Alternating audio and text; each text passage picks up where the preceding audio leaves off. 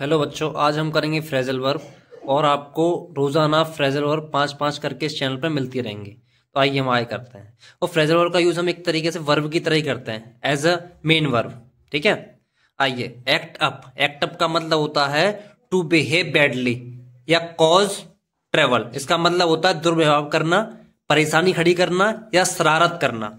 जैसे एग्जाम्पल देखते हैं, बच्चे तब शरारत करते हैं जब उनकी माँ बाहर होती है। यानी कि इसको बनाओगे कैसे, द चिल्ड्रन एक्ट अप, शरारत करते हैं ना, the children act up when there mother is out, जब उनकी माँ बाहर होती है। हमने किसकी तरह यूज किया इसको, एज अ मेन वर्ब। ठीक है, क्योंकि प्रेजेंट इंडेफिनिट टेंस। आइए दूसरी पे आते हैं हम।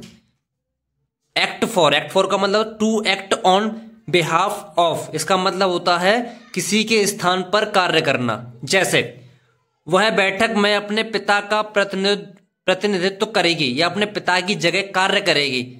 इसका मतलब she will act for her father in the meeting. She will act for her father in the meeting. आइए तीसरी देखते हैं भैया। तीसरी कहती है कि एक्ट ऑन, एक्ट ऑन का मतलब क्या है, टू अफेक्ट, प्रभाव डालना। एग्जाम्पल देखते हैं इसका, दवाओं ने उसके दिमाग पर असर डाला या प्रभाव डाला। The drugs have acted on his mind. The drugs have acted on his mind. Okay, अब आगे आते हैं। एक्ट अपॉन, एक्ट अपॉन का मतलब टू एक्ट अकॉर्डिंग टू, किसी के अनुसार कार्य करना या सुझाव पर चलना। सुझाव पर चलना। अब उसने मेरे सुझाव पर कार्य नहीं किया या वह मेरे सुझाव पर नहीं चला, इसलिए वह असफल हो गया। इसको कैसे बनाते हैं, आइए इंग्लिश में। He did not act upon my suggestion.